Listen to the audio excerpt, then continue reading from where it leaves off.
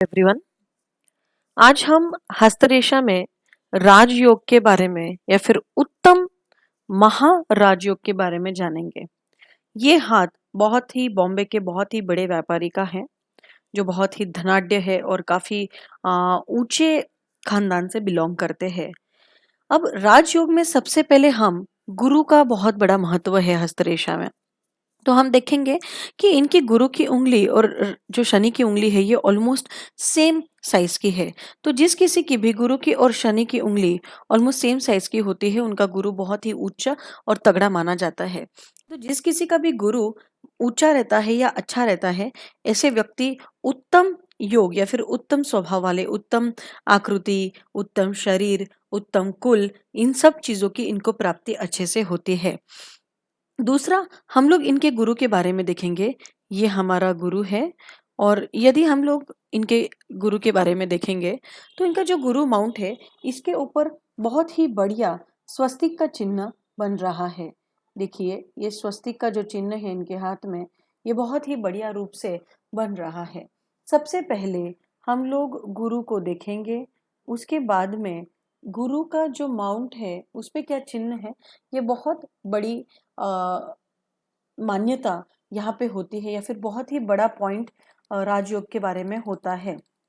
यदि मान लो गुरु पे ऐसी ध्वजा का चिन्ह है, तो ऐसे व्यक्ति भी राजयोग में आते हैं। स्वस्तिक हो गया, ध्वजा हो गई या फिर नक्षत्र हो गया, ये सारे चिन्ह गुरु पर्वत पर शुभ माने जाते हैं।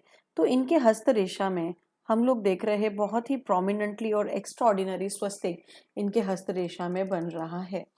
उसके बाद में सबसे मेन जो योग होता है वो हम लोग देखेंगे। तो ये हमारी बुध रेखा है, ये हमारी रवि रेखा है, ये हमारी भाग्य रेखा है। इस पॉइंट पे इन सब रेखाओं का एक त्रिशूल बन रहा है। एक त्रिशूल इन रेखाओं का बन रहा है।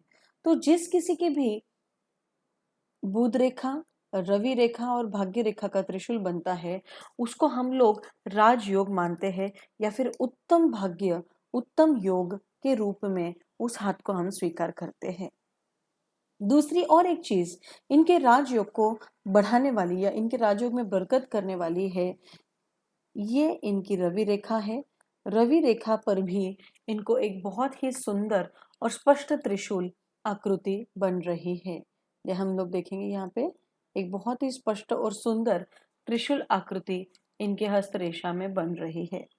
उसके बाद में धन इनके हाथ में कैसा रहेगा?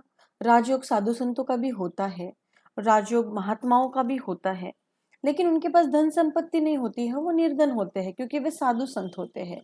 लेकिन इस हस्तरेखा में ये सांसारिक राजयोग की प्राप्ति वाले व्यक्ति है। क्यों है? ये इनकी मस्तिष्क रेखा है, ये इनकी भाग्य रेखा है, ये इनकी बुध रेखा है। जिस किसी भी व्यक्ति का मस्तिष्क रेखा, भाग्य रेखा और बुध रेखा का ऐसा ट्रायंगल बनता है, एक त्रिकोण बनता है, ऐसे व्यक्ति बहुत ही धनवान होते हैं और उच्च धन प्राप्ति योग इनके जीवन में होता है। ये सिर्फ यदि किसी के हाथ में सिर्फ ये सिंगल ट्रायंगल हो तो ऐसे व्यक्ति अपर क्लास, हाई क्लास या फिर अपर मिडिल क्लास रेंज में रहेंगे। लेकिन साथ ही साथ में यदि ये एम का सिंबल बनता हो और इस ट्रायंगल को टच करता हो, देखिए ये लाइन से वो टच हो रहा है, ये एम का सिंबल इस लाइन से टच हो रहा है और ऐसा ट्रायंगल बन रहा है, तो ऐसे में उच्च धन योग माना जाता है। इसको हम लोग उच्च धन प्राप्ति योग मानते हैं। ऐसे व्यक्ति उच्च, बहुत ही अधिक पैसे वाले होते हैं। अब ये व्यक्ति जो है, इनके पास खुद का चार्टल प्लेन है, इनका डायमंड का बहुत बड़ा काम है, ये हमारे जातक ही है, हमारे क्लाइंट है, लेकिन बहुत ही ऊंचा और तगड़ा कामकाज इनका है। साथ ही साथ में गुरु पे इतना सुंदर स्वस्तिक का जिसके चिन्ह होता है, ऐसे व्यक्ति दान धर्म भी बहुत करते हैं, धार्मिक होते हैं, धर्म करते हैं, उसके बाद में दान करते हैं, उसके बाद में ये कर्तव्य भी बहुत अच्छे से पूरा करते हैं। और सामाजिक भी होते हैं। ऐसे व्यक्ति सामाजिक भी होते हैं। तो राजयोग में मेन हम लोग क्या देखेंगे? गुरु देखेंगे, रवि देखेंगे, ये जो ट्रायंगल है ये देखेंगे, एम सिंबल देखेंगे, और सबसे महत्वपूर्ण साथ साथ में शुक्र पर्वत भी काफी उभरा हुआ है, ऊंचा है, तो ये लग्जरियस लाइफ को जीते हैं।